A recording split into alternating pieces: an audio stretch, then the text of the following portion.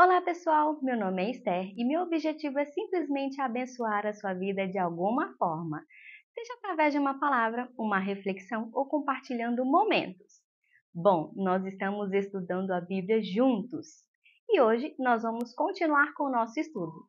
Nós vamos ler sobre Gênesis capítulo 3. Lá fala sobre a serpente, fala sobre o pecado e sobre a queda do homem.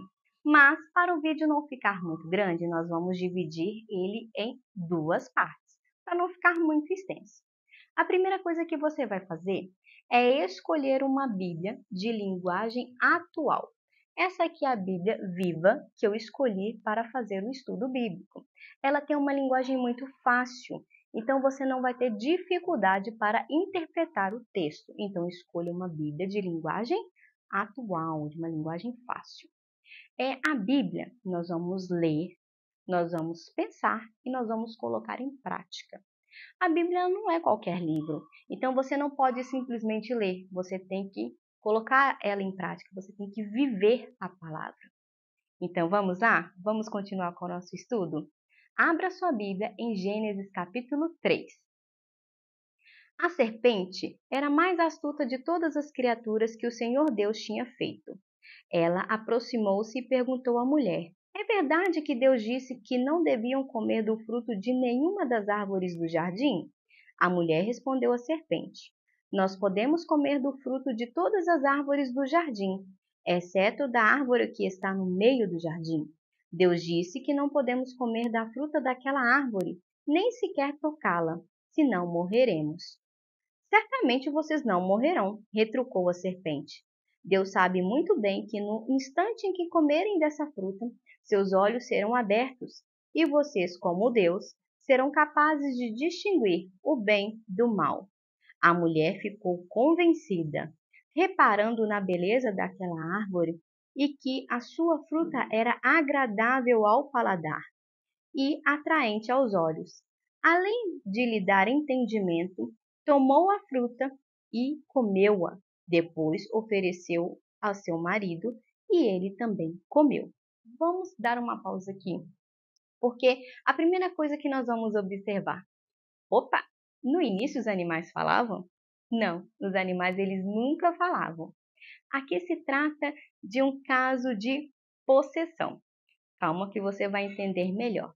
Aqui fala sobre a serpente. A serpente, ela realmente é um animal muito astuto. Ela chega assim, olha, de mansinho, sem ninguém perceber e dá um bote. Ela é bem astuta. Só que aqui o animal falou, mas os animais eles não falam. Mas por que aqui falou? Aqui é um caso de possessão, sim. Aqui a serpente, na verdade, ela é o diabo. Mas quem é o diabo? Calma que você vai entender. Nós vamos estudar agora um pouquinho sobre quem é o diabo. Calma que nós vamos aprender. Espera aí. O que acontece? O diabo, ele era um anjo de luz, um anjo mesmo que ficava lá no céu. Mas esse anjo queria algo mais. Ele não queria ser apenas um anjo, ele queria ser Deus. Ele queria o lugar de Deus, o trono de Deus. E ele conseguiu convencer uma parte dos anjos lá no céu a ficarem do lado dele. Ele era bem convincente, parecido com alguém que está escrito aqui em Gênesis 3, né? Então, ele convenceu alguma parte dos anjos a ficarem do lado dele e houve guerra lá no céu. E essa guerra aconteceu e Lúcifer, que no caso é o anjo de luz, ele foi jogado aqui na terra, ele foi expulso do céu. Calma que eu vou te provar agora. Só estou te apresentando quem foi o diabo, como que ele surgiu. Abra sua Bíblia lá em João, capítulo 10, versículo 10. João fica no Novo Testamento.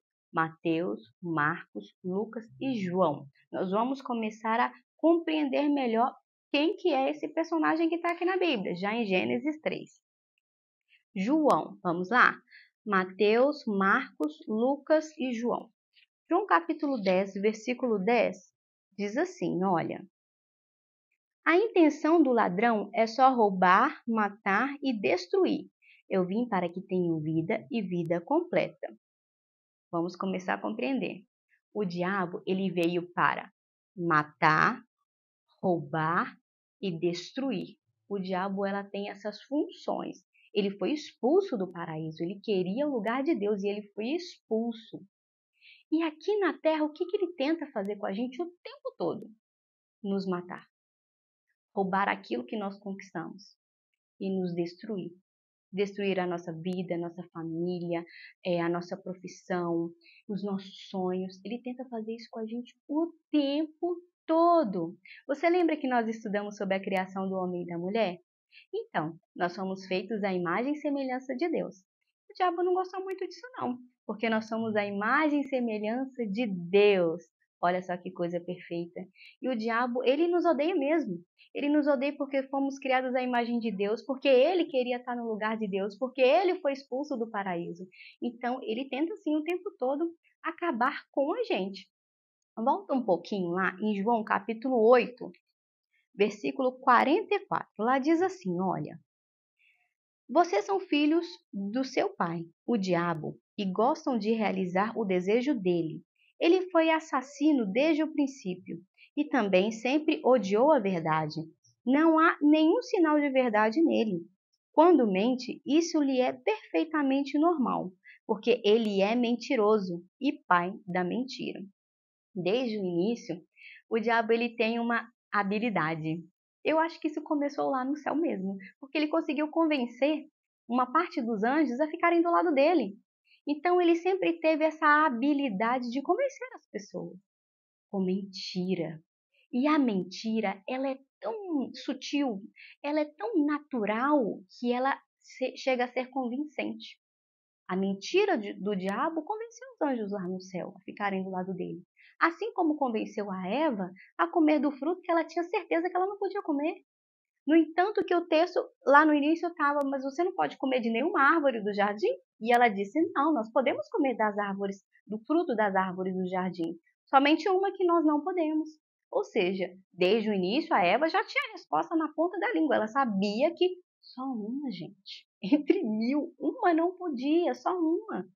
E mesmo assim, a serpente, que é o diabo, conseguiu convencer de uma forma muito natural, de uma forma muito sutil, a Eva de comer.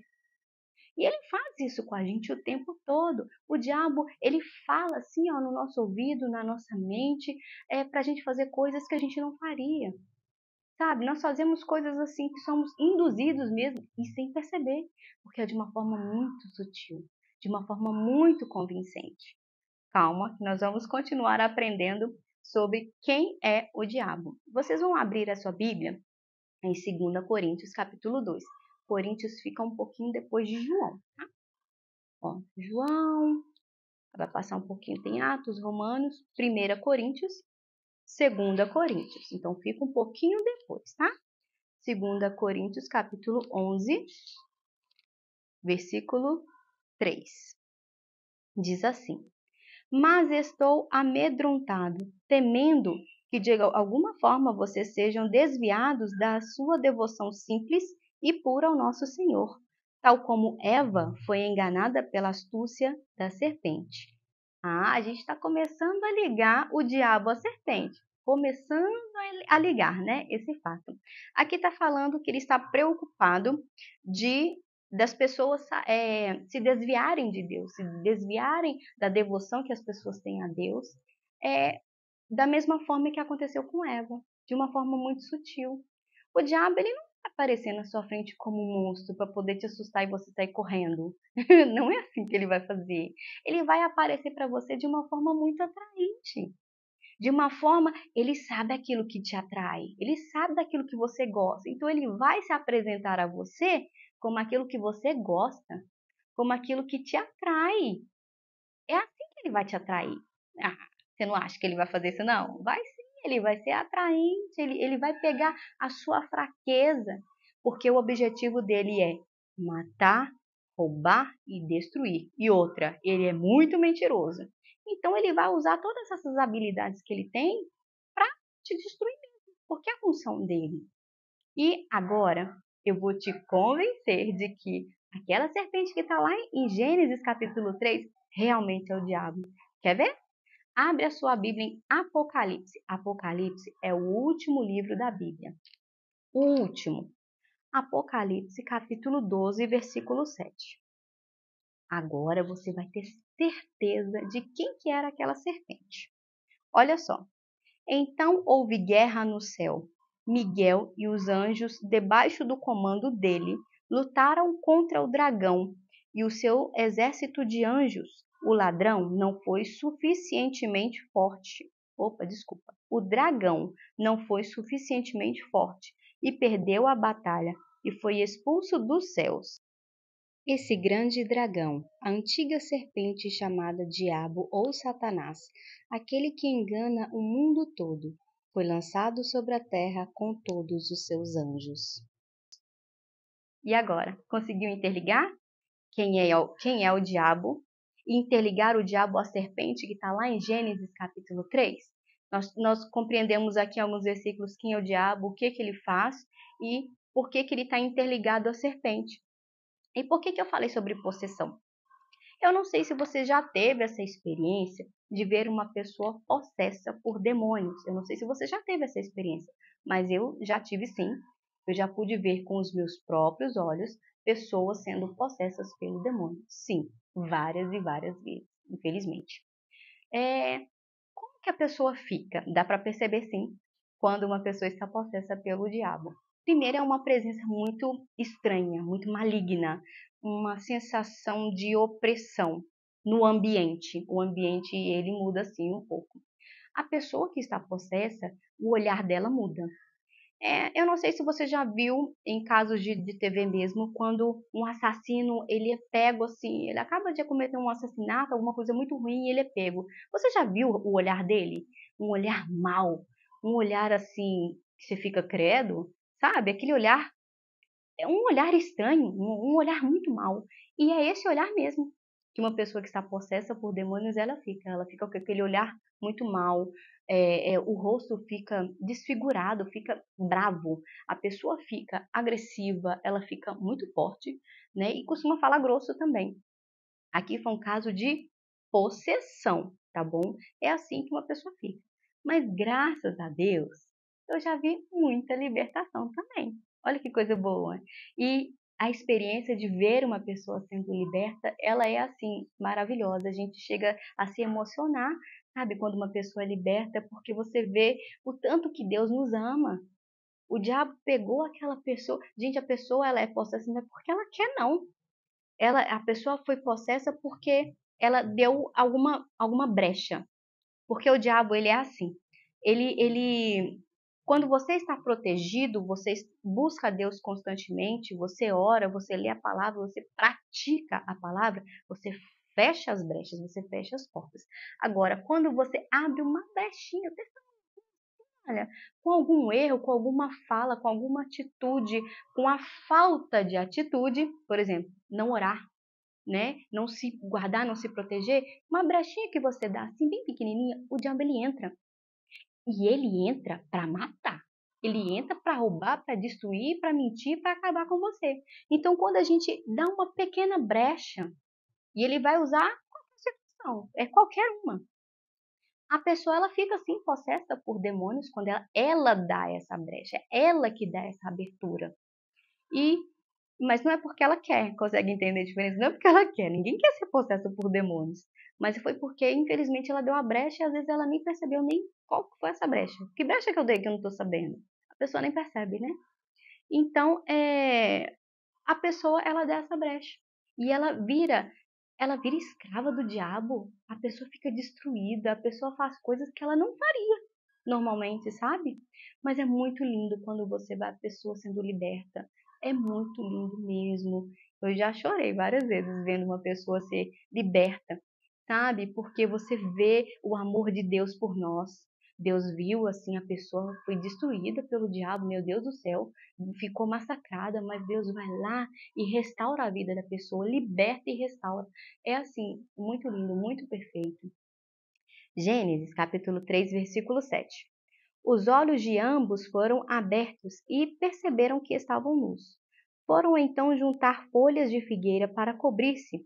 Ao cair da tarde daquele dia, ouviram a voz e os passos do Senhor Deus, que passeava pelo jardim, e esconderam-se entre as árvores. O Senhor Deus chamou o homem: Onde você está? Ele respondeu: Percebi que o Senhor estava se aproximando e fiquei com medo, porque estava nu, por isso me escondi. Quem disse que você estava nu? Perguntou o Senhor Deus. Você comeu da fruta da árvore do qual eu proibi de comer?